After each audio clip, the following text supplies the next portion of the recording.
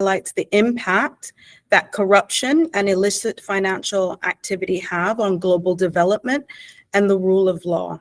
The APROE series, implemented by ABA-ROLI, funded by the U.S. Department of State, Bureau of International Narcotics and Law Enforcement Affairs, is a series of roundtable discussions based on the 5 mutually reinforcing strategic pillars of the strategy.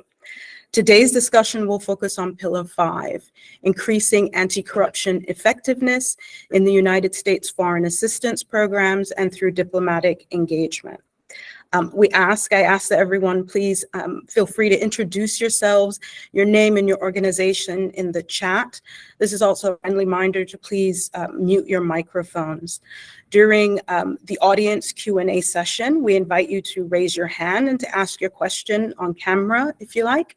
The discussion will be recorded and will be available on the ABA-ROLI APROE webpage after the event. Please take a minute to complete the survey at the end.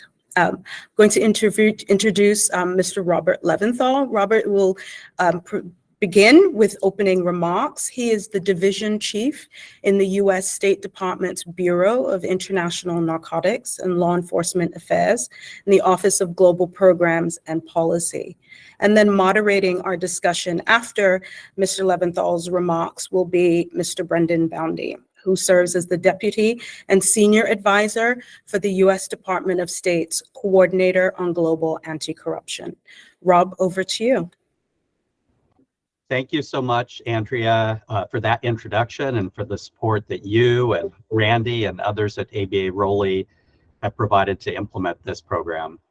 And welcome, everybody. Good morning or good afternoon, as the case may be, to the final roundtable in the APROE series. INL developed the initiative and has organized the series in partnership with ABA-ROLI.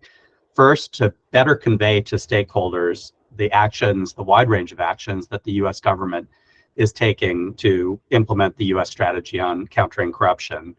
And second, to foster communication between governmental and non-governmental stakeholders on how we can best work together to advance our shared agenda and our anti-corruption goals. So we certainly welcome your feedback, but I think we've been very pleased with how this series has gone. Throughout the series, we've heard from dozens of experts, whether from government, from academia, from civil society, international organizations, the private sector, and we've really seen active discussions convening over 600 participants from over 41 countries. And I would say that we've very much taken the discussions on board, where the diverse perspectives have informed our understanding of how complex, both the complexities and the challenges in anti-corruption diplomacy, foreign assistance, and policy more generally, but also opened our eyes to new potential avenues of work and new ways to collaborate with stakeholders outside of government. So once again, thank you to our INL team who's worked on this initiative, to ABA-ROLI, to you all for participating in this session and perhaps in prior sessions, and to the great panelists like the ones we have for today's session. As Andrea said, today's session focuses on the 5th pillar of the strategy, which concerns enhanced efforts both in diplomacy and in foreign assistance, and the alignment between those two tools, let's say. And there's a lot packed under that. Diplomacy, foreign assistance, but also protection of anti-corruption actors, leveraging innovation, minimizing risk, increasing coordination, and even looking at the security sector. I will say that personally, my own perspective, after working on anti-corruption both in the State Department for about 16 years and previously at ROLI itself and with other organizations, that we've made tremendous progress integrating the direction that the strategy gives us, but it's also very much still a work in progress. In support of the strategy, in support of the Summit for Democracy and the Presidential Initiative for Democratic Renewal, we've taken what seemed to me to be unprecedented steps to both continue to lead and enhance our leadership on global anti-corruption efforts, both government to government and then involving other stakeholders, and to better align these various tools I mentioned, diplomatic tools, foreign assistance tools, and even sanctions and related kinds of tools. I think all of you who are stakeholders in this effort would be glad to hear once again that we've increased not only our human resources, so I see both in the last couple of years and in the years leading up to that, more people working in a dedicated way on these issues, and more bodies, more units or institutions within state and other parts of the government, and then increased financial resources for this as well. In fact, I think in the last fiscal year 22 funds that we spent, state and USAID expended more than $250 million in foreign assistance for anti-corruption programs. So I think, to pardon the cliche, but we're putting our money where our mouth is. And looking again at Pillar 5, I think we've really targeted innovation. Our approaches seem to continue to evolve, both in light of the U.S. strategy, but also in terms of incorporating learning and lessons learned on our past efforts. So just to give one example, I see us increasingly devoting our foreign assistance resources, not just to training or provision of reform policy advice, but also to building networks, to building platforms and mechanisms to share information, to create peer-to-peer learning opportunities within regions, but also across countries, across regions, and across the world. And in that way and in other ways, I think states' efforts and the interagencies' efforts increasingly reflect the strategy's focus on the transnational nature of much of corruption. And then finally, I think we're expanding our partnerships, whether working with other governments, working in new ways with civil society, because we've long worked with civil society, and increasing our engagement with the private sector, where perhaps in the past we've not been quite as strong. Now, one of the focus is on protection of advocates and reformers, and I'll say that that's been a focus for the department. One reflection of that, and we may talk more about it in the course of this morning's session, but is the development by the department just a couple years ago of the International Anti-Corruption Champions Award, which Secretary Blinken launched with the first tranche in 2021. We continued last year, and will recognize the most recent tranche of reformers and activists just in the next week on December 7th. And this is our intention to recognize the at times really precarious work, but essential work of reformers and activists, to show leadership, to show courage in the prevention, the detection, reporting on, and taking enforcement action against corruption in their countries. And we think through this recognition, we also provide some protection to their efforts. We complement this kind of recognition and protection with the tools that we have for deterrence of bad actors, which of course is a key focus of the pillar as well. And I think we may have gone over this in other sessions, but we continue our robust use of tools such as the 7031C visa actions, which are corruption-related visa denials and revocations, and then the State Department support to the whole global Magnitsky sanctions process. On visas, we reached over 60 people, corrupt actors, family members, enablers, just in this past year, and global Magnitsky, I think 18 designations in the past year. We also leverage multilateral work, which is one of the focuses of Pillar 5, of course, to work with partner governments and to establish international standards and joint action and to policy priorities across the international space. And one of the big opportunities for us coming up is the 10th conference of the UN Convention Against Corruption, which will be in Atlanta just over a week from now.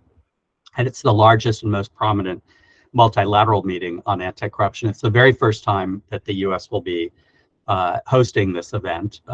And we hope to see many of you who are on there.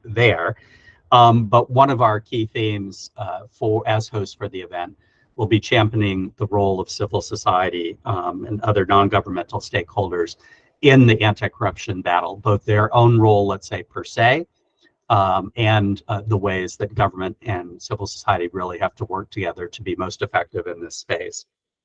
And although we have colleagues from the State Department Bureau of Democracy, Human Rights, and Labor on, who will, I'm sure elaborate, but we also recently became a renewed member of the Open Government Partnerships Steering Committee, and so we'll take that leadership role in yet another multi-stakeholder forum to promote transparency and accountability and public participation.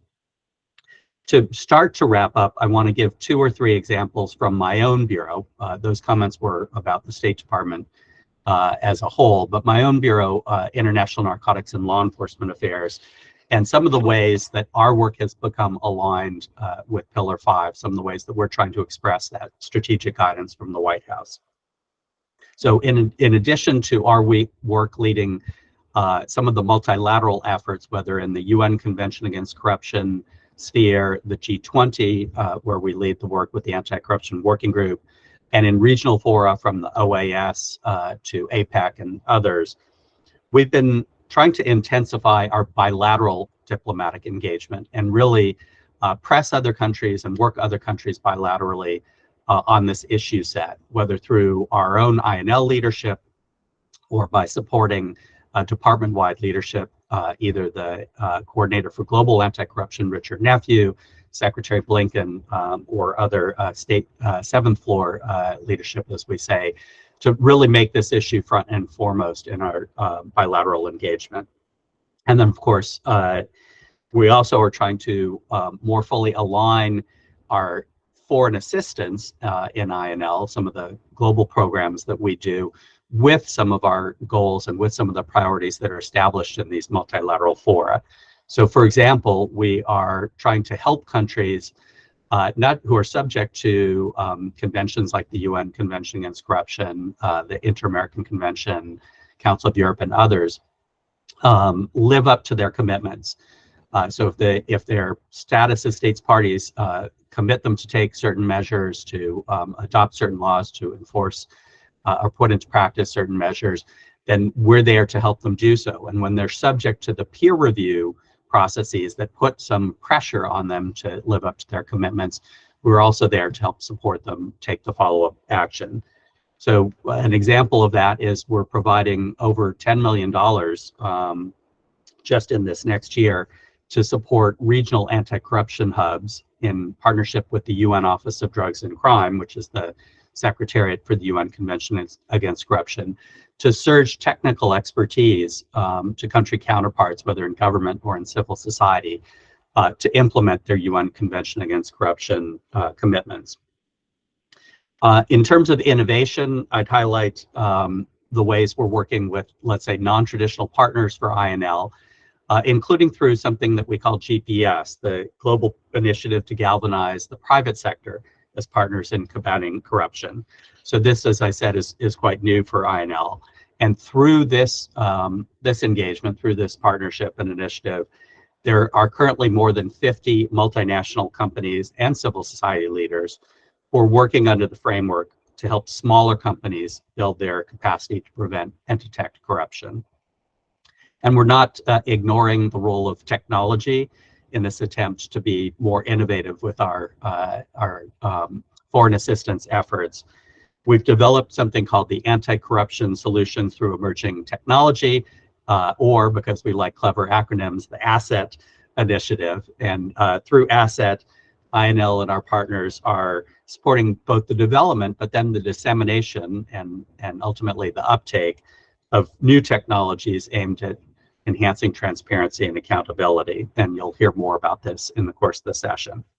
So I want to close now. I've probably taken too much time, but those are just a few examples of how INL in particular is trying to focus on the guidance that the strategy gives us: innovation, enhanced work in multilateral and bilateral diplomacy, alignment of that and our foreign assistance, even as we enhance the foreign assistance efforts and resources to the extent we can, and working with a wider range of partners, including intensifying our work with government partners outside of government. So we'll talk about that in the course of the session. I will just say in closing that this is the final session, the final roundtable. As I said, I think it's been very productive. We interact with civil society, with non-governmental stakeholders day in, day out, but we are always looking for ways to enhance that engagement, to learn from you, to coordinate better, to dialogue more.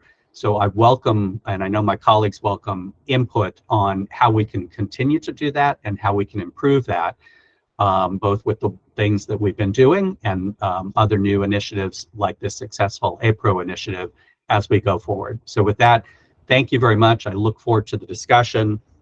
Thank you again, Andrea, for ABA ROLI's partnership, and over to my good colleague, Brendan Boundy, who will serve as the moderator for the rest of the discussion.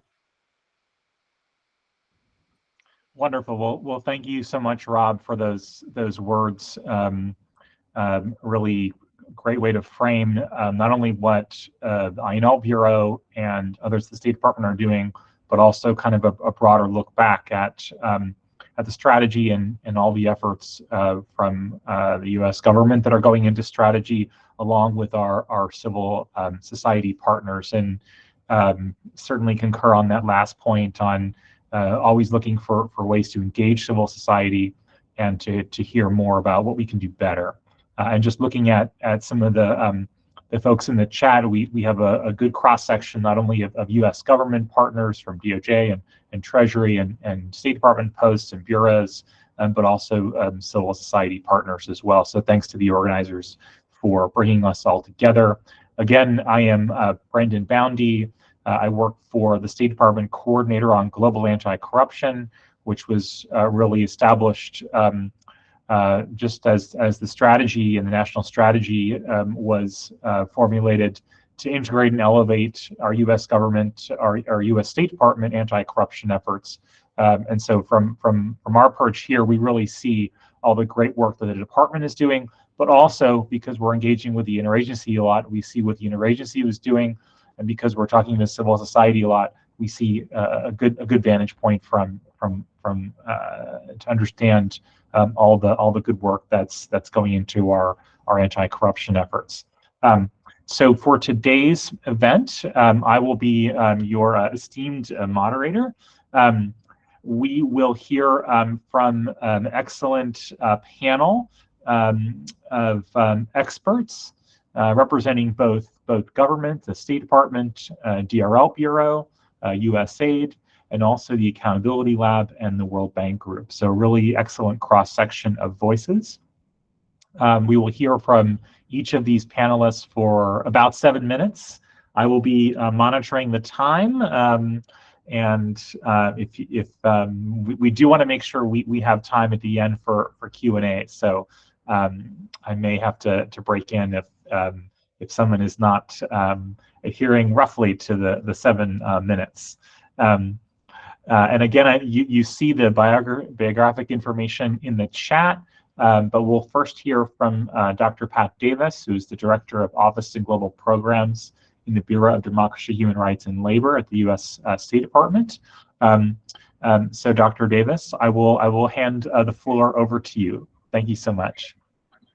Thank you, Brendan, and thank you, Rob, for those very good, fulsome remarks about the great efforts of the U.S. government. So that was a good intro. I'm going to just narrow it down and talk about what DRL does with its programming, its foreign assistance programs. But before I do that, let me thank ABA for hosting, the participants of my Accountability Lab, World Bank, and of course my other colleagues in the U.S. government. So I think this is a great opportunity for us to all hear from one another as well. So I want to start off with just a tiny brief info about our programs. Our foreign assistance programs in DRL are designed through an evidence-based framework that empowers local civil society partners to promote and protect democracy and human rights, including efforts to counter corruption and increase transparency in governance and public administration. Corruption itself is often one of the core drivers of democratic backsliding and violations of internationally recognized human rights.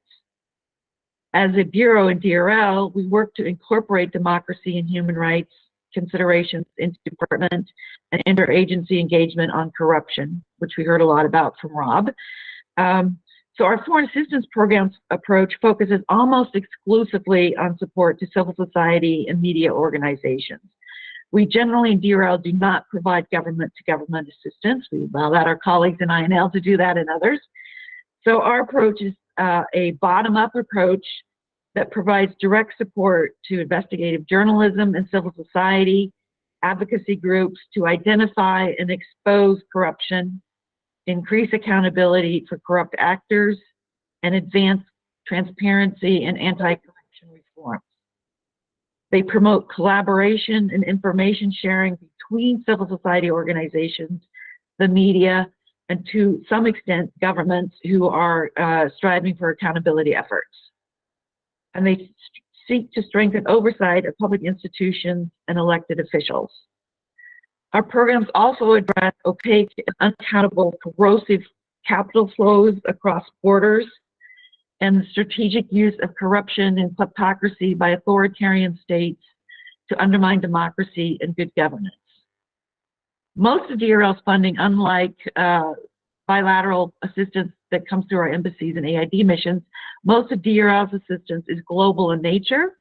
So it's not restricted to a country or region. It can be used where it's needed, including, again, to support programming across borders. And this is what has enabled DRL to dedicate resources to programs that address particularly the transnational nature of corruption.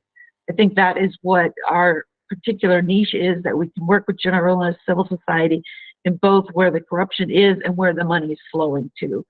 And that unique ability then enables us to really get at to these corrosive flows of capital. We also do a lot of work in closed spaces. DRL is able to work very nimbly and discreetly in countries. Most of our programs have branding waivers, so we don't have to have the American flag on there, which increases the security and safety of our partners. And so in those contexts of authoritarian and closed spaces, as I said, our government-to-government assistance has limitations. So in those environments, that's where we work exclusively with non-government actors with global funding that is managed out of our bureau here in Washington. Since the release of the anti-corruption strategy, DRL has been working to elevate and expand the scale of diplomatic engagement and foreign assistance that addresses corruption. One of our DRL's flagship programs is the Global Anti-Corruption Consortium. I hope you've heard of it, unfortunately, with the acronym of GAC.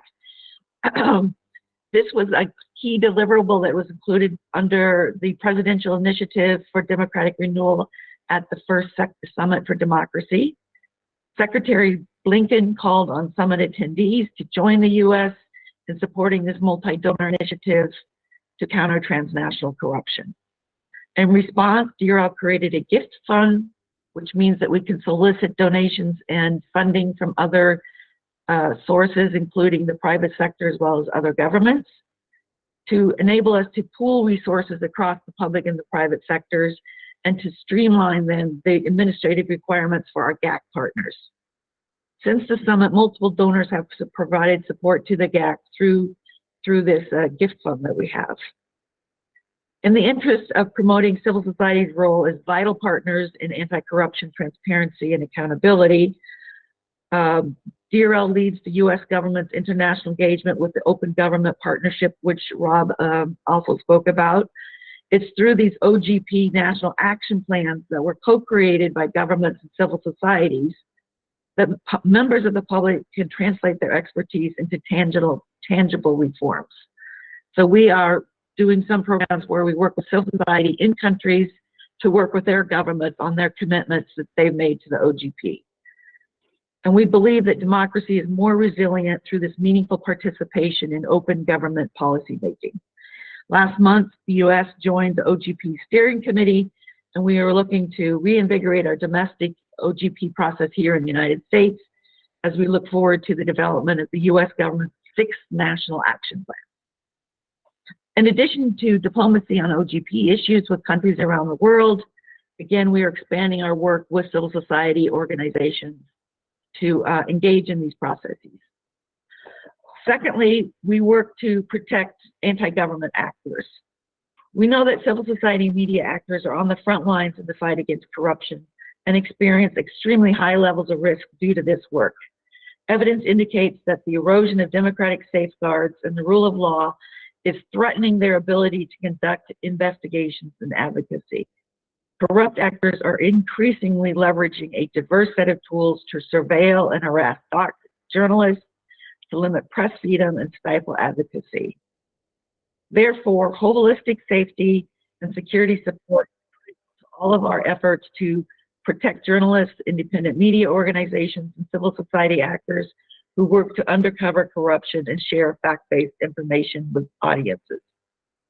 As part of this effort, our digital security programs that we manage in DRL work to ensure that anti-corruption actors not only have the resilience to carry out their work safely and resist digital attacks, but it can also investigate and expose attacks when they do occur.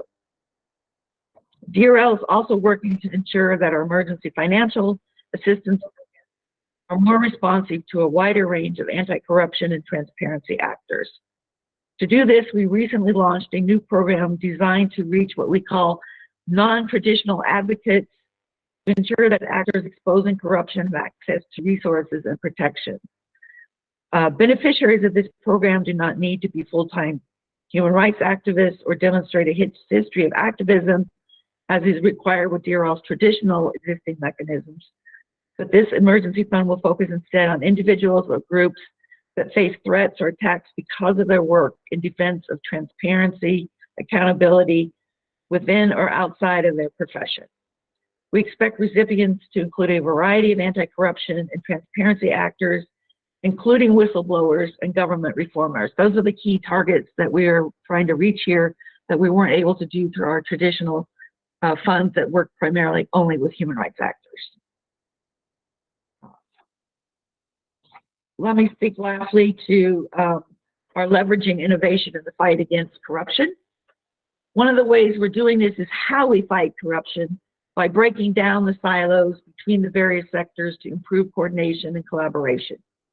Our programming is responding to the fact that corrupt actors have increasingly sophisticated ways of working across borders to hide their ill-gotten gains. We realized early on that journalists and civil society organizations often work in silos in their work, have historically had limited coordination across the borders. So along with other partners, we launched the GAC, which I referred to previously, as a unique way to break down these silos and facilitate sustainable collaboration and information sharing between media and civil society organizations to not only expose corruption, but then to immediately promote policy reform and pursue accountability for corrupt actors. And it's working. Breaking down these silos is working. According to an external evaluation, this 1-2 punch of partnering with investigative journalists and immediately with the advocacy group had generated 5 times as many impacts compared to the standalone efforts of investigative journalism alone. For example, if I have time here, Brendan, I don't know how my time is looking. I just want to give one example. You're good. You're good. Thank you. Okay. Last year, one of the impacts of this is that our partners secured a forfeiture by the U.S. Department of Justice of a $3.5 million property located just outside of Washington. It was purchased with allegedly corrupt proceeds by the former government president of Gambia through a trust set up by his wife. In 2019, OCCRP exposed how the Gambia's former president and his associates were plundering nearly $1 billion from the country, draining state-owned enterprises and the country's pension fund.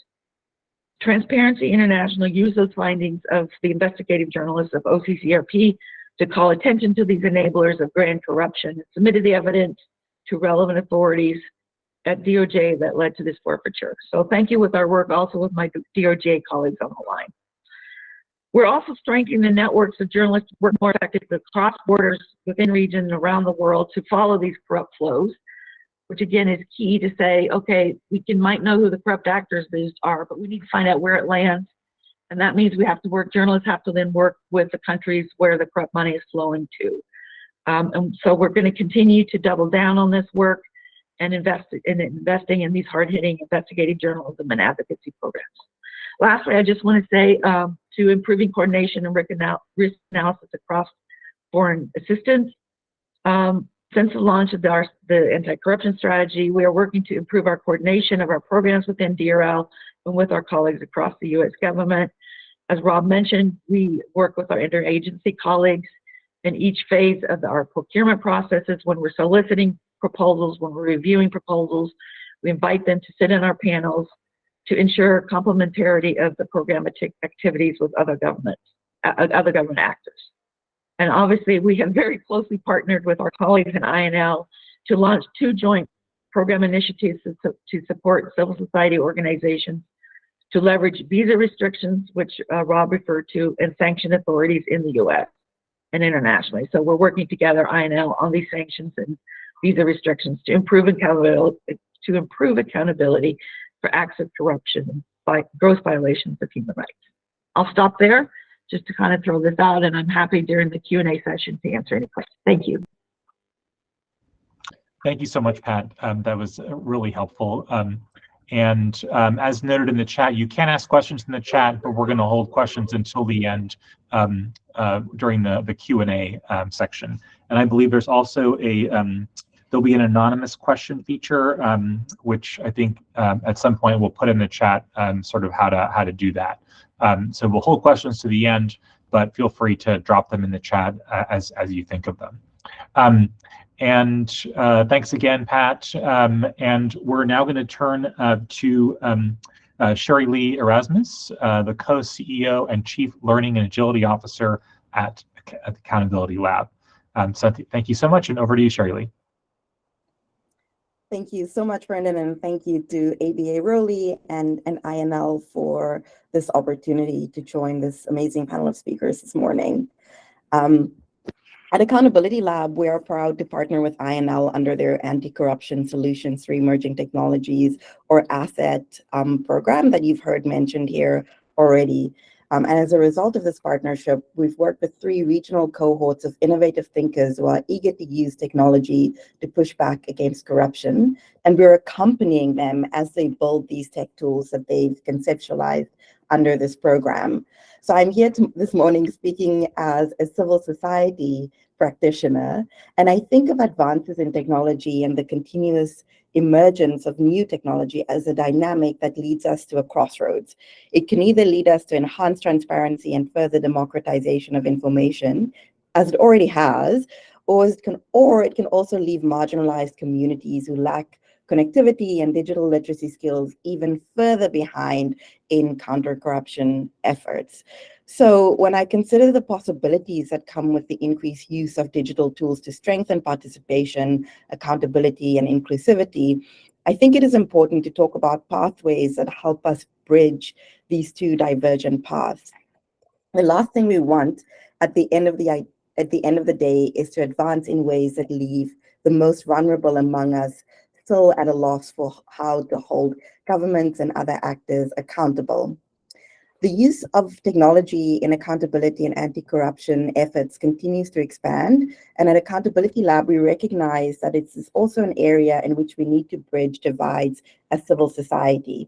So in 2002, Accountability Lab launched Hack Corruption in partnership with the Center for International Private Enterprise and Development Gateway. With this initiative, we aim to create a new digital town square where technologists, activists, and governance professionals can ideate together to devise creative and uncommon solutions to corruption and participation. And we bring these diverse groups together intentionally because we recognize that a variety of perspectives is needed to ensure that outcomes are inclusive. So over the last 2 years, we've worked with 225 innovators across 17 countries to help us reimagine what a bottom-up approach to using emerging technologies in anti-corruption efforts might look like. And we've prioritized diversity in selecting partners and participants because we've seen the value of inclusive design in these processes.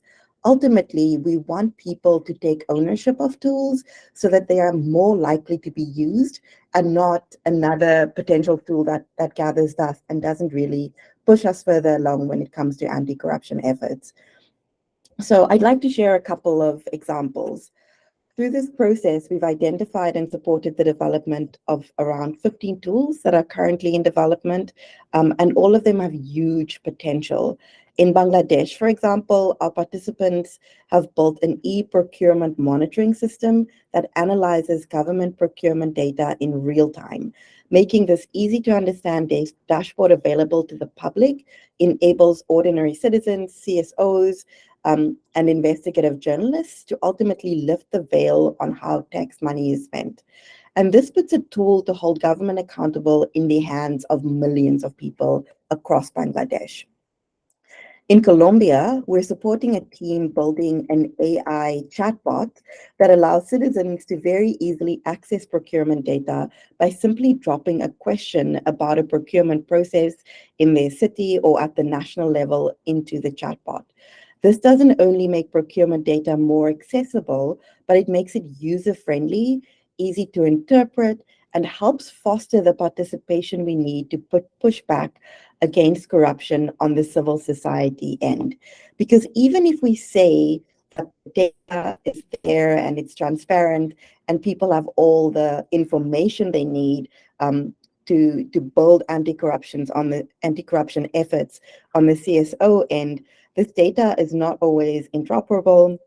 It's not always really easily accessible.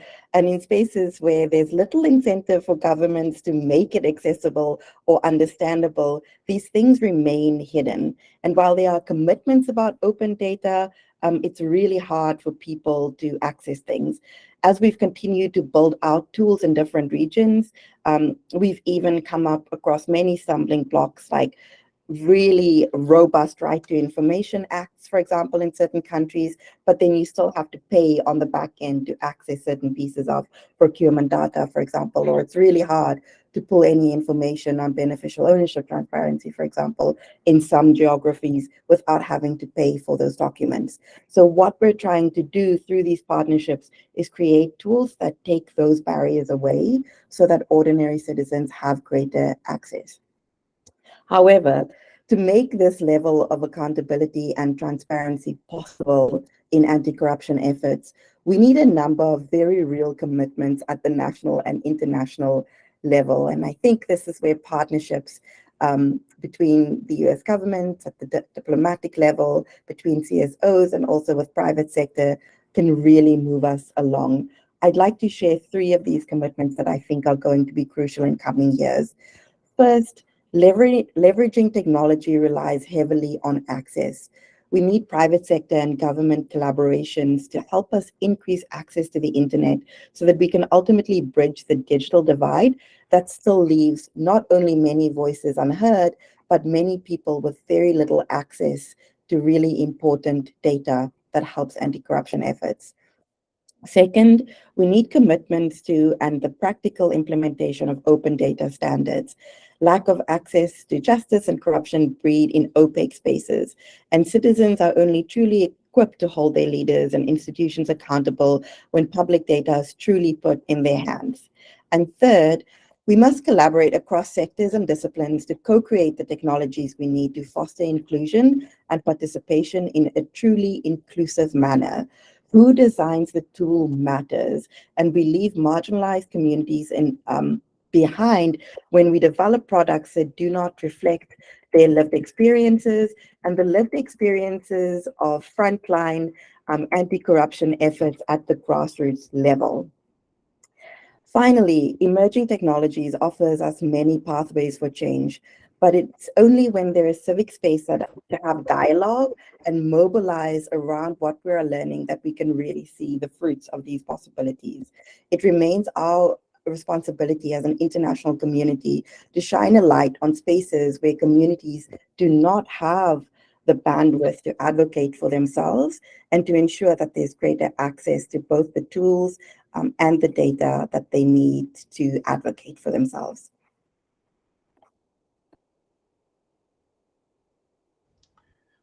Wonderful. Thanks so much, Sherry Lee. Much appreciated for that perspective. Let me just see. I believe we're going next to Jen Lewis. Jen, are you on? I know you were going to join us a few minutes late today. Yes, I'm here. Oh, wonderful. Well, welcome. I think, and again, the biographic information has been put in the chat for our speakers, our panelists today. But Jen Lewis is the team lead in technical leadership and global programming lead at the Anti-Corruption Center at the U.S. Agency for International Development. Over to you, Jen. Thanks so much.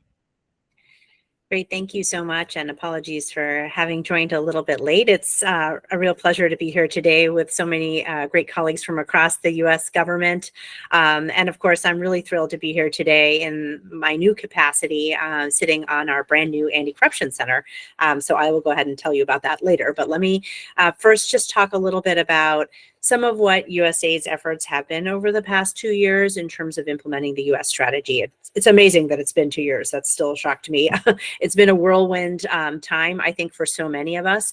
And of course, our work, while today really the discussion is around Pillar 5, because of our work in focusing on foreign assistance as an agency, all of our work falls under Pillar 5 and yet contributes to so many of the pillars across the strategy. So I'll be touching on a few of those touch points as I discuss some of the ways that we've been aiming at leveraging our comparative advantage as an agency to advance the broader U.S. strategy on countering corruption.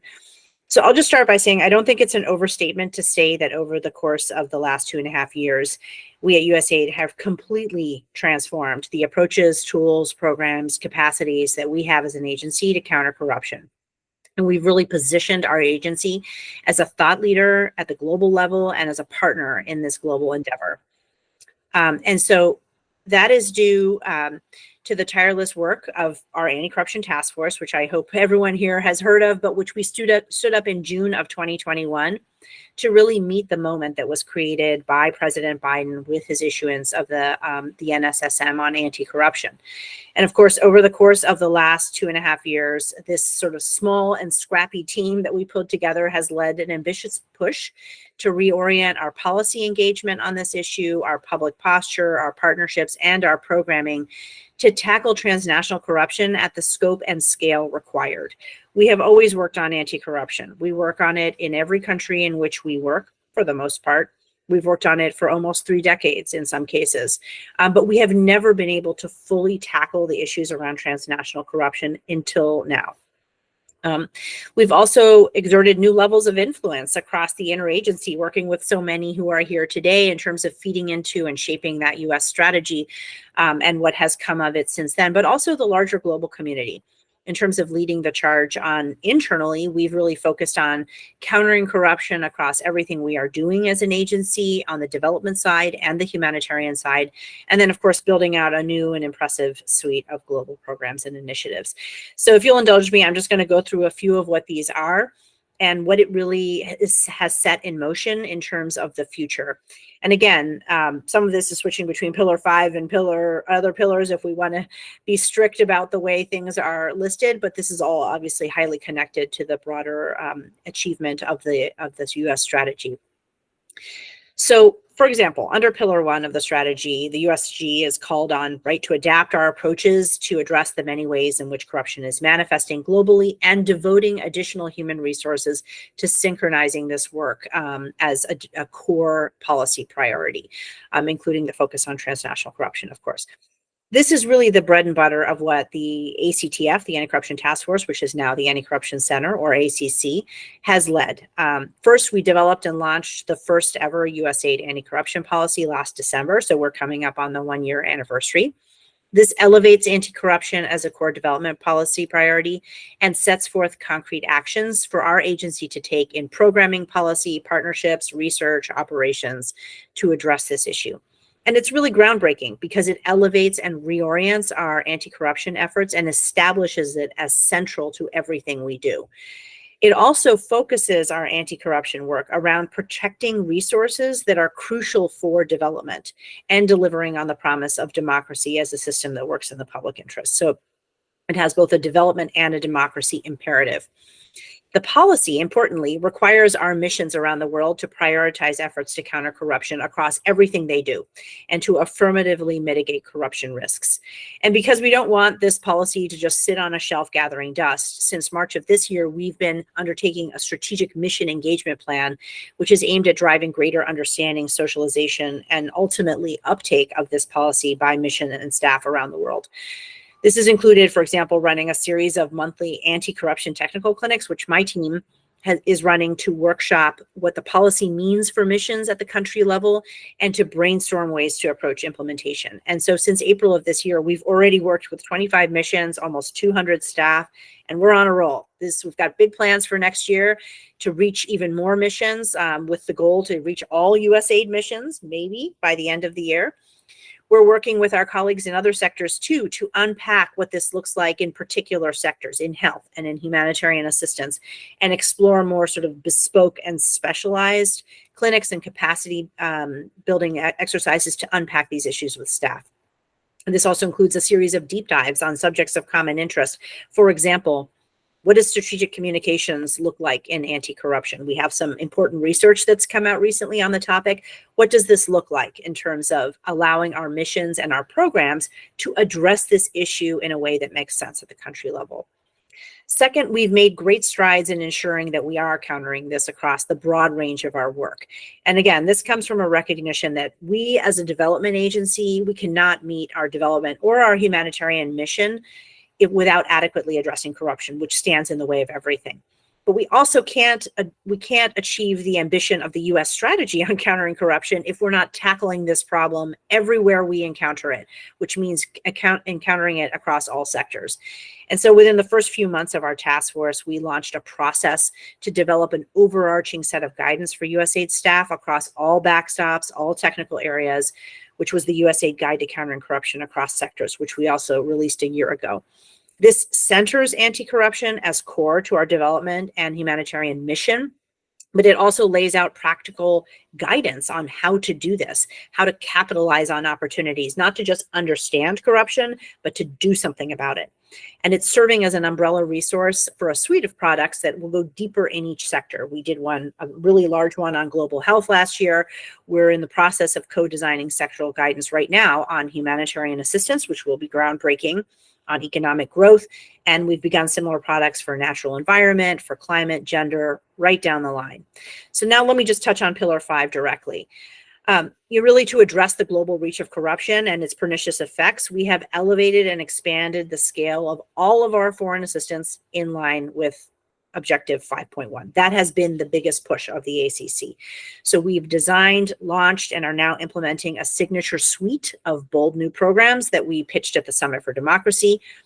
These are aimed at positioning us as an agency to respond rapidly to openings and to threats that corruption may present in countries where we work, to advance new partnerships to tackle this issue, to engage in collective action, to empower citizens, civil society organizations, and journalists to engage in this work, and to deepen innovation at the country level, at the multi-country level, and address the most pernicious corruption issues and obstacles to accountability and development.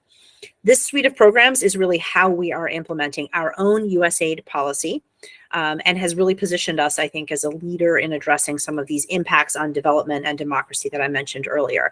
And they also contribute to priorities across pillars 2 and 3 of the strategy in terms of addressing illicit finance and holding corrupt actors accountable.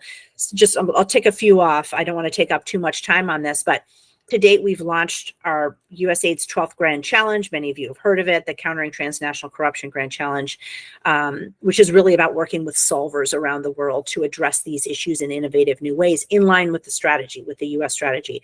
During the first year, we launched an activity on powering a just energy transition, which is really around catalyzing innovations to counter corruption as countries meet this unprecedented demand for green minerals. We just announced the winners of the challenge last month. They now have grants in hand. They are getting technical assistance. And we announced a new series of activities under it aimed at data for integrity, which we are actually working with the state INL on in terms of some hackathon series around the world. and most recently issued a call for private sector integrity solutions under Doing Business with Integrity, which we will continue into next year. We just launched our brand new global accountability program, the first activity under it, which is actually referenced in Pillar 3 of the strategy, which is aimed at helping countries to prevent and detect and mitigate corruption, and ultimately to build regional networks to take joint action on these dynamics. The newest program we have in our suite, Strengthening National Architectures to Counter Corruption, is all about building resilience to transnational corruption, grand corruption, strategic corruption, kleptocracy, by bolstering the systems and actors that are needed to close loopholes and detect dirty money, follow movement across borders, ensure that we are bolstering the rule of law in these countries and holding corrupt actors accountable. This is also providing our missions with new and unique capacities to tackle corruption across some high-risk sectors, such as real estate, extractives, where we've worked for many years, but also infrastructure, pharmaceuticals, et cetera, and to address high-priority reforms, including some of the ones identified in our Summit for Democracy, Financial Transparency and Integrity cohort, addressing the enablers, addressing asset recovery, illicit finance, trade-based money laundering, et cetera. At the country level, and this is related to what we will all be at next in a couple of weeks, 2 weeks at UN, at the COSP in Atlanta. This is also about providing concrete support to countries in implementing commitments made under UNCAC and other standards. And then ultimately at the multi-country level, enhancing cooperation and galvanizing collective action in tracking and rooting out and blocking corruption as it attempts to cross borders. So it's a really exciting initiative. On the change agent side, anti-corruption change agent side, this also relates to the strategy directly. We're boosting the work of change agents and investigative journalists and giving them new tools to work together. Many of you may have heard of Reporters Shield, which we launched a year ago at the IACC. This is really changing the game for journalists who now have defense insurance in their corner to counter lawsuits that are meant to silence their reporting. We're also launching 2 new programs under this, the Empowering the Truth Tellers activities. One is a regional program out of our Southeast Asia region that will be looking to connect and is building a new Asia Investigative Reporting Network. We'll be doing something similar in the Southern Africa region and actually just recently released a request for information on that. I'll just end by noting we've done a lot of other pieces here in terms of strengthening our multilateral work. In September of this year, we executed a new first ever 5-year memorandum of understanding between USAID and OGP, for example, to lay out new strategic engagement, issued new grant to OGP, a new one to EITI to really focus on anti-corruption in the transition, in the energy transition. But we've also, the big kahuna is what we've been teeing up for all this time, which is the creation of the new Anti-Corruption Center, because this is what will drive the long-term and sustained durable elevation of this issue across the agency. Our task force was never meant to be permanent, but the work we set in motion was meant to be. And so just last week, we stood down the task force and launched our new permanent home at USAID for anti-corruption, the ACC, within our first ever Bureau for Democracy, Human Rights, and Governance. This is going to allow us to take this agenda forward into the future with the staffing and resources required to fully institutionalize this work. And perhaps it's our most lasting contribution to the US strategy because it represents the elevation of the issue and a commitment to organize and resource this fight across everything we do in foreign assistance. I like to say that the work ahead of us is all about making ourselves essential to the work of the agency, and I still think that's probably right. So thanks so much for letting me share a little bit about what we're doing to contribute to the strategy. Thank you so much, Jen. That was a great rundown of all the work that USAID is doing and continues to do on these efforts, and congrats on the launch of the AC Center. That's fantastic news. And I want to move quickly to our next distinguished speaker. And I apologize, and I should have asked how to pronounce your last name before we got to this point. But Ana Pinto Heber, hope you'll correct me. Is the Senior Operations Officer for Prevention, Integrity, and the Vice President and Vice Presidency with the World Bank Group. So thank you, and over to you, Anna. I'm sorry, Brendan. Can you give me a couple of minutes? I'm just emerging from the doctor's office. I'll be right Oh, with no you. worries Just at all. No thank worries you. at all. Thank you. No worries at all. You let us know it was going to be a few minutes, so take your time. Why don't I, in the meantime, ask the panelists one of the questions that that we had discussed earlier, and that was, you know, as we look to the future, you know, what do you all see as areas of future development and expansion for both governmental and non-governmental actors in the anti-corruption space? You know, for example, how do you anticipate evolving technology and innovation? How will that alter the landscape in the years ahead? And what are some of the anticipated outcomes of your current investments in these areas? So I'll ask that to the full panel. When Anna comes back, we may just curtail some of these responses so we can make sure we get to her. But why don't I first start with Dr. Davis. If you've had a chance to reflect on this, if you could offer a brief response, and then we'll move on to the other panelists until Anna's ready to give her presentation.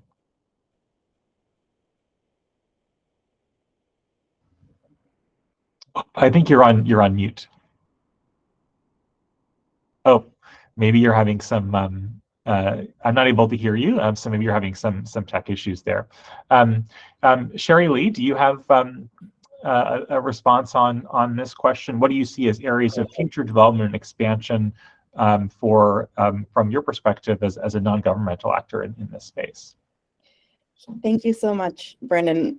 Excellent question. And I think since our entryway to this work has been primarily through helping the development of technology tools that can strengthen anti-corruption efforts, I think there's actually a lot of possibilities. As we continue this work, we're seeing increased use of natural language processing, large language models, and other things that can help us synthesize data that we can use in anti-corruption efforts much faster.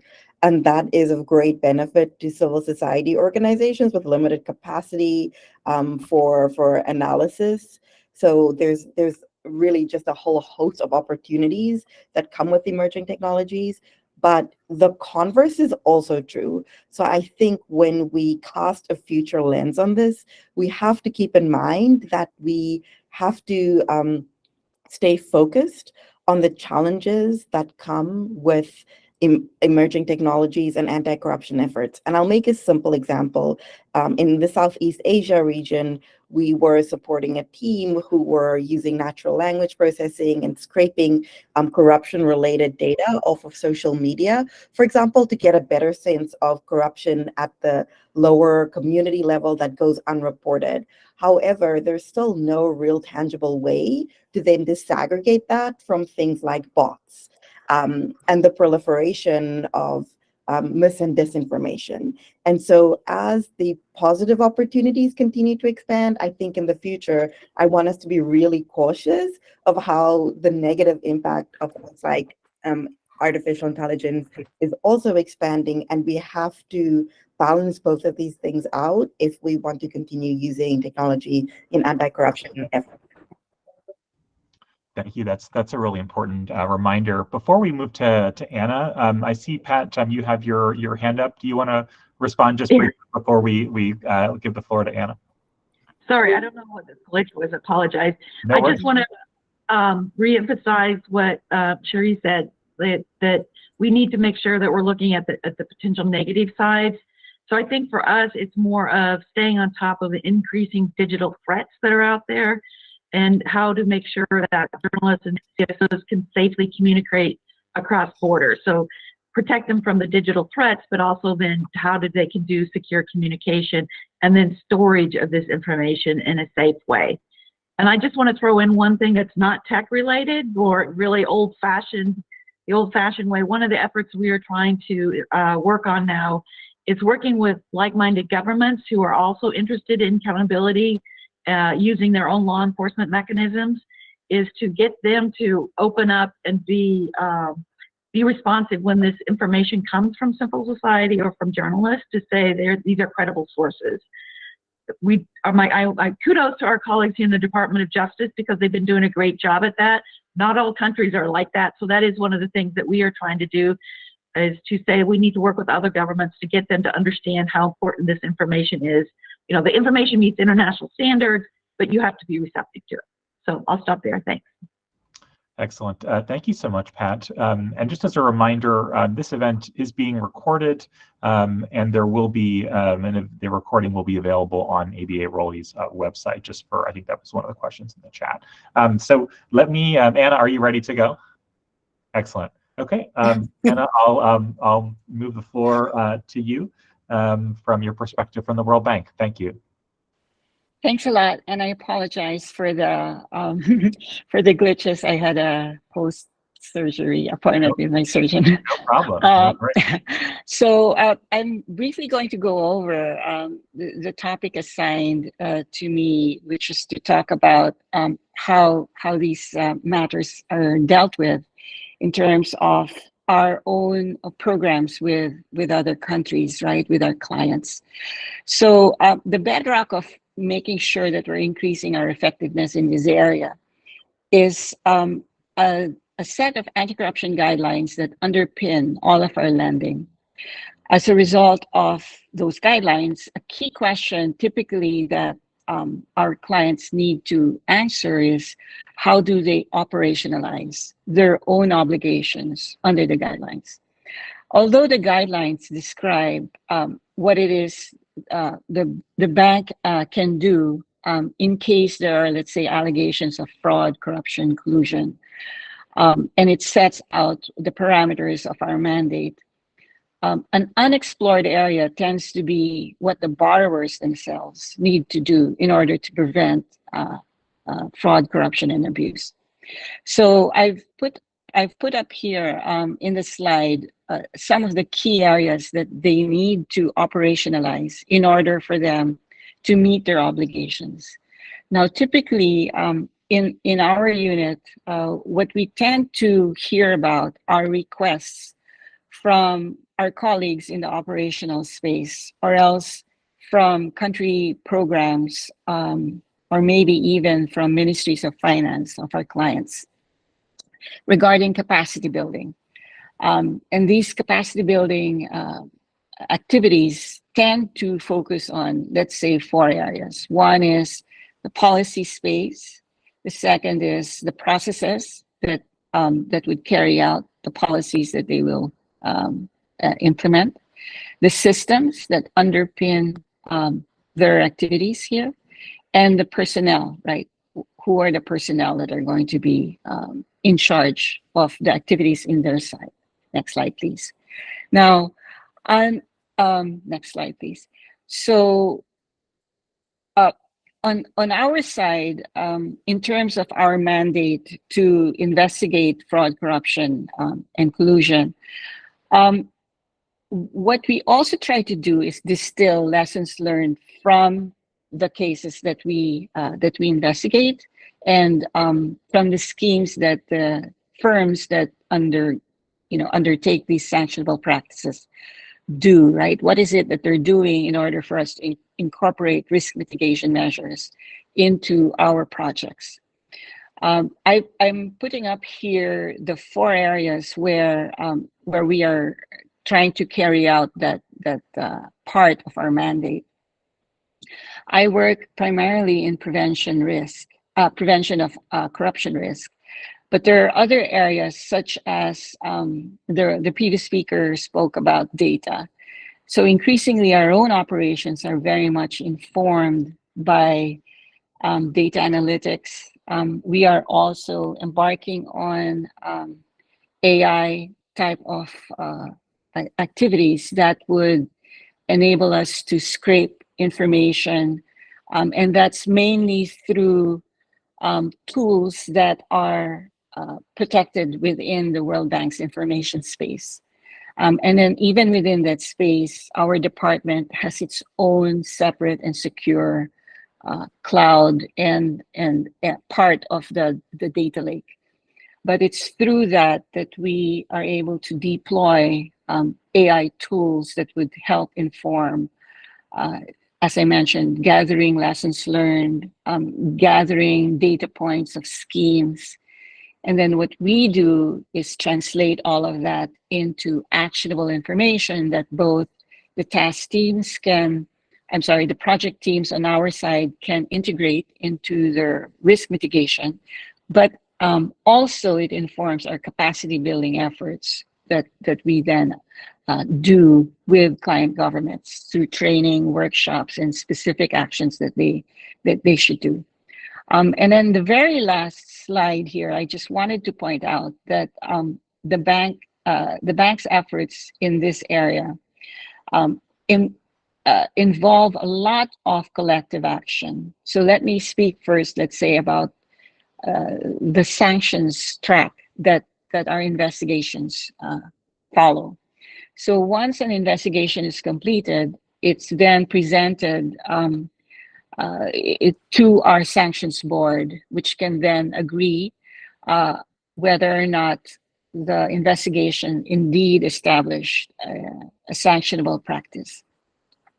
Once we sanction a firm, under specific conditions, that sanction can also be observed by partner organizations under a cross-debarment agreement.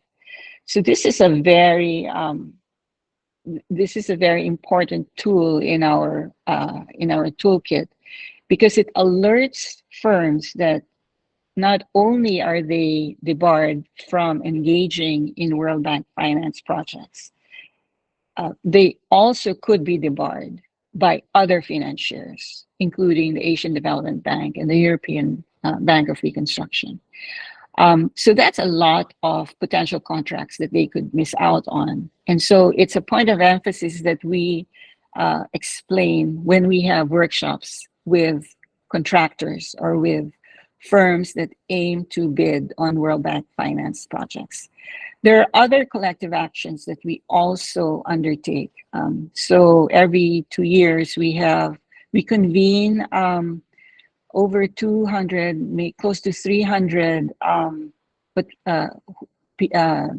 authorities known as corruption hunters, right? So it's through the International Corruption Hunters Alliance, which the World Bank hosts. We just had one this year in Cote d'Ivoire, and the ones who participated included the authorities as well as prosecutors and even Supreme Audit institutions. And we spoke about a range of issues that are relevant to them as well as to us.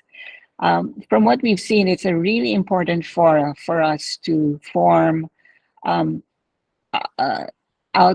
activities thereafter, such as we're now engaging in many memoranda of understanding that would smooth the way in terms of our investigative processes and preventive approaches with the authorities on the client side. It also helps them access some relevant information that they then need to use in order to pursue their own investigations, perhaps, and in their using their own systems.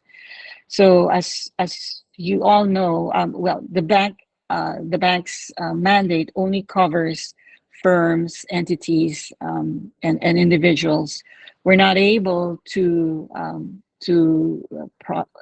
bring to the sanctions process officials, right? So that's within the mandate of client governance.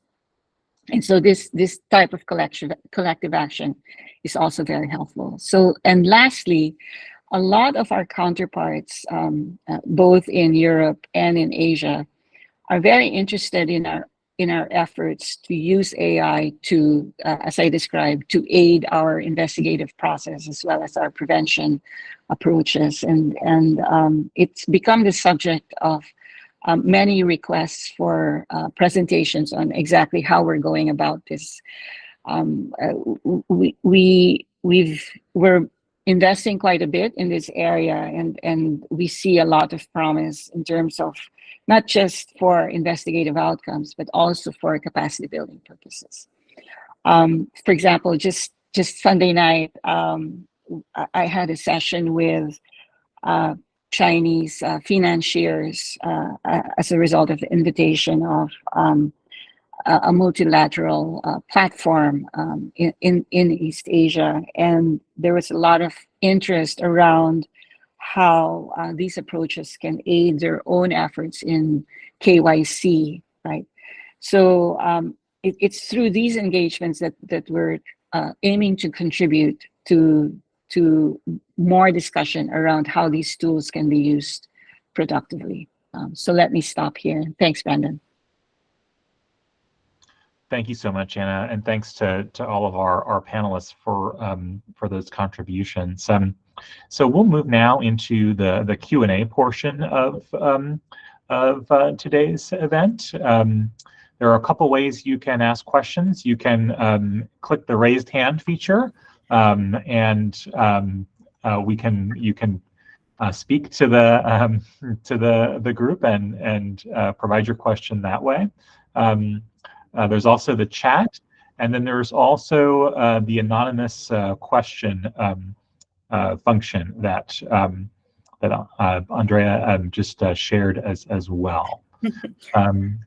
So, Brendan, we've had two people who've been waiting patiently with questions in the chat. Great. So I will just read the first one from Petra. And Petra, this is her question is directed to Dr. Davis. Will the evaluations that were discussed, Dr. Davis, in your presentation, will they be available publicly? Yes, thank you for that question. I think, Petra, you're from the U.S. government, so we're happy to share it with you, but it actually contains sensitive information about the work of our partner, and because of our emphasis on ensuring the safety and security of our partners, we don't want to expose them, how they're doing their work and who they're working with. We are not going to make it available publicly, but we can send you an executive summary. Okay, thank you, Dr. Davis. And so then one further question in the chat. So Lou has been waiting, and his question is, it's very difficult to take appropriate actions against foreign elections and fraud when corrupt officials from the three branches of power are in charge of the rule of law. Beside the current programs already being implemented, do you see merit in streamlining the engagement of the International Criminal Court as another possible effective measure to minimize the impact of government corruption to democracy? So I will open that to, I don't know, I suppose perhaps to Jennifer or to Rob or to Dr. Davis. I'm happy to share an initial response without prejudice to Patricia or Jen or Brendan or others jumping in. So I very much understand the concern when that kind of situation manifests itself. I think that our perspective has been, first of all, that the ideal outcome is that whether it's in the short term or over time, countries develop both the capacity and the political will and political space to be able to find accountability internally.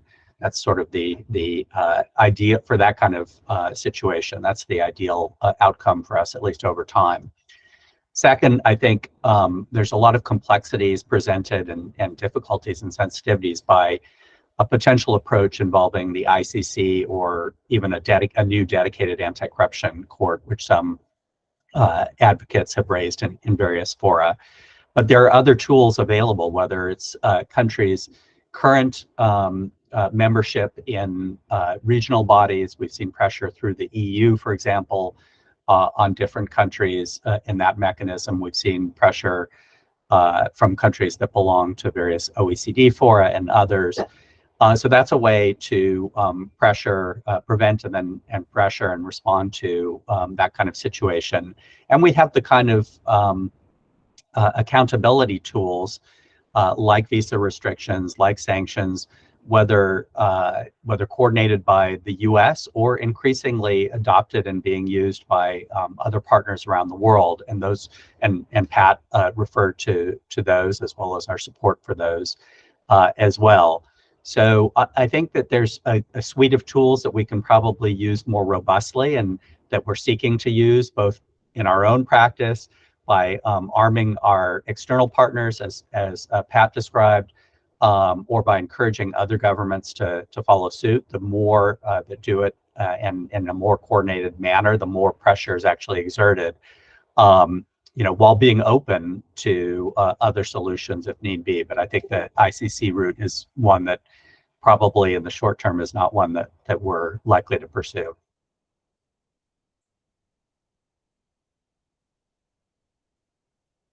I'll just add quickly, I agree with what Rob said. For DRL, in terms of our assistance programs, as he mentioned, our idea is to empower civil society to put together what we call these actionable packages. And they then are the ones that will take them to who they think will be most responsive or who could be responsive. So they could be pursuing it through the information they've gathered, the reports that they've done through with our funding. But then there is the diplomatic side, as Rob mentioned. And I think, I don't know how many countries now, but there is a growing number of countries that have some kind of global Magnitsky sanctions now, where we share this information that they themselves are also sanctioning individuals. So it's kind of trying to grow these like-minded communities that share the goal of accountability for violations, including corruption. It's not the perfect answer, but I do think if you look at just the past few years, there's been huge leaps forward in getting other governments to put in place such accountable mechanisms. Thank you. Thanks, Rob and Pat. Do we have a hand raised? Is that, do you have a follow-up, Lou, or? Yeah, if I just made one point, can I just make one point, or is that okay? Briefly, sure. Sure. I mentioned the ICC as one possible avenue, but I was kindly looking at a mechanism for a name and shame, because I think we're missing that from an overall global perspective. There's no bodies out there or no fora out there that can actually, point fingers on a certain country that it's known to be corrupt, as from officials that are infiltrated, that are part of the three branches of power, and it makes it very, very difficult to just cross that fine line between the nation's sovereignty and the corrupt officials. So that's why I was asking about the ICC as a possible venue. But there might be other options, as Rob pointed out, and you, Dr. Dave, pointed out as well. Thank you. Thanks, Lou. That's helpful perspective. Now, let's see. Any other folks who wish to ask a question? It looks like, Andrea, do we have a question in the Q&A? We have a question from Shershaw, who says that asking most of the biggest corruption items happened at the highest level of government, where it's most hidden from the eye of citizens and media. Are there any specific tools to prevent corruption at high levels? So I will leave that open to any of the panelists that would like. Shuri, if you can respond. Thank you. Yeah, thank you so much. Shasha, that's a very difficult question. I think there's a combination of things. Firstly, often you're absolutely right. At a high level, it is hidden. And so for that reason, it's really important that we continue to invest in building safe whistleblowing systems, for example, for other people who have the visibility to identify those things, so that there's not only tools and systems, but there's actually safeguards and ways of supporting individuals who want to come forward and blow the whistle on high-level state capture-related corruption, for example. Now, a couple of levels down, I do think that making data more accessible and overlaying different systems could be really helpful. For example, if we are effective at creating tools that not only looks at procurement data, but overlays that with red flags that can help us identify instances of potential corruption in contracting, and overlaying that further with beneficial ownership transparency registries, there are multiple ways in which that can be addressed. But again, that doesn't get us to the highest levels of corruption. And so I really want to put a point on the fact that we do need to continue to invest in support for high-level whistleblowers. I just want to add to that is why we created this emergency fund for these, precisely for these whistleblowers, because they are exposing themselves and their families to retaliation and retribution.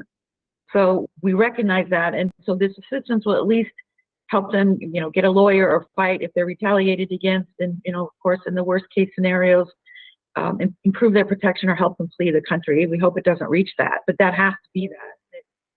Those are the ones who have to come forward, and we can't just leave them hanging, if you will, of saying, that's great that you did that, but we're going to let you now face all the consequences. It's not ideal, but I think there's more recognition of, as government officials, particularly when they're exposing this corruption, we need to understand the danger they're putting themselves in, and helping them understand that there is support for them. And I also wanted to note that, with the sanctions, it is based on a lot of scraping of data and putting these packages together, which is why we invest a lot in capacity building and in financial forensics. How do you take advantage of knowing beneficial ownership? How do you trace the money from this fake account to that fake account? Or again, in the case of it was the wife or the maid or whoever who owns the house. I mean, that's what we have to get, is that people not only have access to it, but they understand how to trace it, which is why I'm really proud of our efforts of enabling journalists, investigative journalists, how to do this forensic analysis. What does it mean, financial forensic? What does it mean when you can see this data? And then lastly, again, making sure it gets in the right hands of whatever bodies there are for accountability. And I know that sanctions aren't ideal, but it is very important as a naming and shaming. And the sanctions aren't always just on the official. A lot of times it's their families. And with a visa restriction, you can get after, for example, their children, which means they can't get a visa to come to the United States to study or go shopping. And the more like other Europe or other countries, like-minded countries, enforce this, it is having a direct impact on their quality of life, if you will. And again, it's not just the individuals. We can go after their families as well. Thanks. Jen, did you want to respond to that question? Yeah, I just wanted to say that I think this issue of addressing the most pernicious forms and the most hidden forms of corruption is why we've, our approach is an ecosystem approach. So we're trying to tackle this wherever we can, right? Sometimes it's not going to be possible to go directly to the problem at the highest levels of government because of the entrenched nature of these systems, because of patronage, because of a cone of silence around it. So what Cherie mentioned earlier on whistleblowers is so essential, right? Being able to empower people to operate in safety. What Pat just mentioned in terms of building out the capacity of investigative journalists. I mean, that's why the tool like Reporter Shield is so powerful, because it strikes a new balance. It sort of puts power back in the corner of those that are trying to expose these corrupt actors in the face of being silenced. But the other piece around it, I think, that we are focused on is around, if we can't operate in a particular country context to directly head on be dealing with those issues around kleptocracy, is linking it to the broader, regional and global context. All of these corrupt actors need money from certain places, and their money has to go to certain places. So that is where, at least, from my perspective, that is the connection between sort of localized, entrenched systems of corruption and the broader global sphere. There are tools that can be done to shut off people's access to finance, to detect and follow the money as it crosses borders. And I mentioned that's going to be the big focus of one of our programs, is enhancing that ability to follow the money. The interoperability of systems is going to be critical to that. Like, it's not going to be sufficient to just put data out there, but the data has to talk to each other, right? To empower the tracking of this money, but also closing the loopholes that corrupt actors are very willing to exploit wherever they can. They're going to jurisdiction shop to find the weakest link in the chain. And so, at least from our perspective, I think setting the dragnet for these corrupt actors is kind of the approach we're undertaking. Because, as you say, these are hidden objectives, they are hidden motives. So finding ways to prevent, constrain opportunities for corruption, respond to it and mitigate, so that we're raising the cost of corruption and ultimately incentivizing integrity. That's the heart of our USAID anti-corruption policy. And I think that that's exactly, this is emblematic of how we would try to approach this issue. Thanks, Jen. And Pat, did you have something to add on? Yeah, I just wanted to clarify that when we talked about the key tools that we have, is the sanctioning, tightening the restrictions, and then the visa restrictions. But the U.S. government does not publicize on whom we impose these visa restrictions because it's a privacy issue. So there's a lot more going on that, unfortunately, publicly you might not be aware of. I just wanted to make sure everybody understood that. Got it. Thanks, Pat. I think we're kind of sort of close to the end here. Why don't I just hear briefly from Anna and then Ajit, your questions quickly, and then we can have that be sort of the final question probably for today's program. Anna, do you want to start? Did you have a question?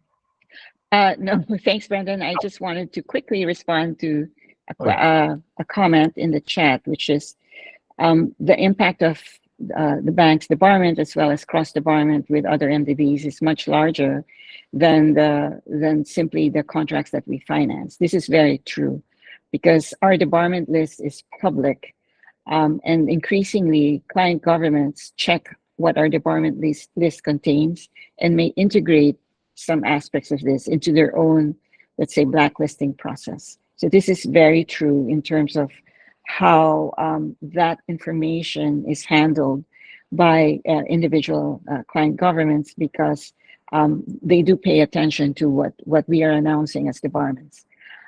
This is also true in terms of other financiers who are not party to the cross-debarment agreement, but may also pay attention to who we are debarring and may integrate some of that information into their own risk mitigation.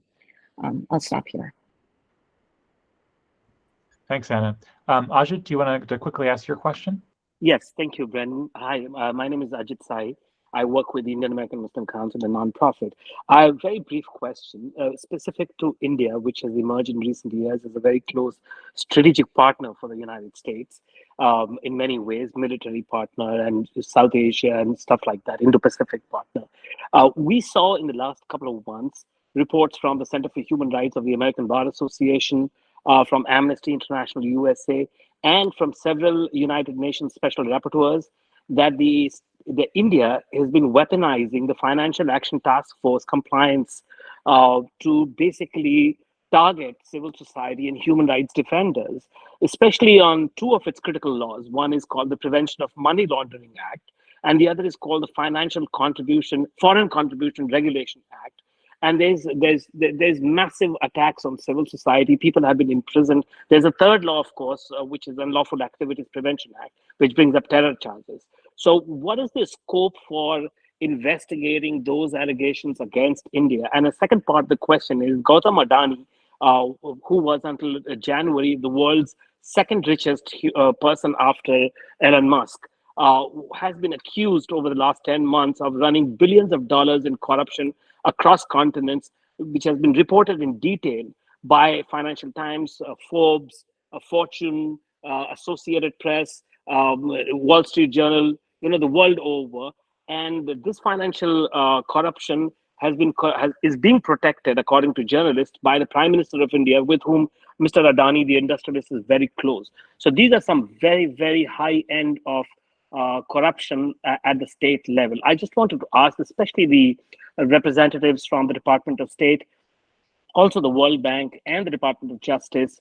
Do you see that any of the instruments that are now available to us, to you in the United States, can be used to investigate these allegations and to face up to these challenges? Thank you. Thanks, So- Ajit. Sorry, also Brendan, we are at time. Oh, yeah. So if there's one person, one speaker that would like to address the comments, and then we can wrap up with these final comments. Thank you. I mean, from my perspective, I mean, I think there are a number of tools that we can use when there are allegations of corruption in a country where we work closely with. One of those is our diplomatic engagements, of course, where we can have closed door discussions with countries on sensitive matters. And I think some of the tools that that we've addressed in some of the previous questions, whether it's civil society or in certain cases, whether we have tools available to us to sort of call out some of that corrupt behavior or alleged corrupt behavior. A lot of those things are, can be applied in these instances as well. Pat, did you want to add something? I know we're really close to out of time, but. I just want to, and I see Jennifer also had her hand up. I just want to say very, very quickly in terms of the task force, we are acutely aware when this was initially stood up that it was being abused by some governments. So we do follow that. As Brendan said, a lot of times it's a behind the scenes hard diplomacy to say you've got to, you have to actually use this for what its purposes were intended. And for example, accusing an NGO of fraudulently receiving money and then accusing them of being a terrorist. It's like, you don't need to do this. You can, if they're criminals, go after them using those laws. And we do track that very closely, particularly working with the International Center for Nonprofit Law, ICNL. They're very good about tracking the misuse of this, and we partner with them about what countries are doing. And again, putting pressure on them and saying, this is not what this was intended for. Thank you. Thank you. Thank you so much, Dr. Davis. Thank you to Rob and to Brendan and to each of our speakers today for your outstanding participation in the discussion and for your work in addressing global corruption. On behalf of the American Bar Association Rule of Law Initiative, I want to thank all of the expert speakers and participants from each of the APROE program roundtables. It's been a successful series because of your engagement. Again, I ask that you take a minute to complete the survey before you go and enjoy the rest of your day. Thank you. Thank you. Thanks, everybody. Thanks.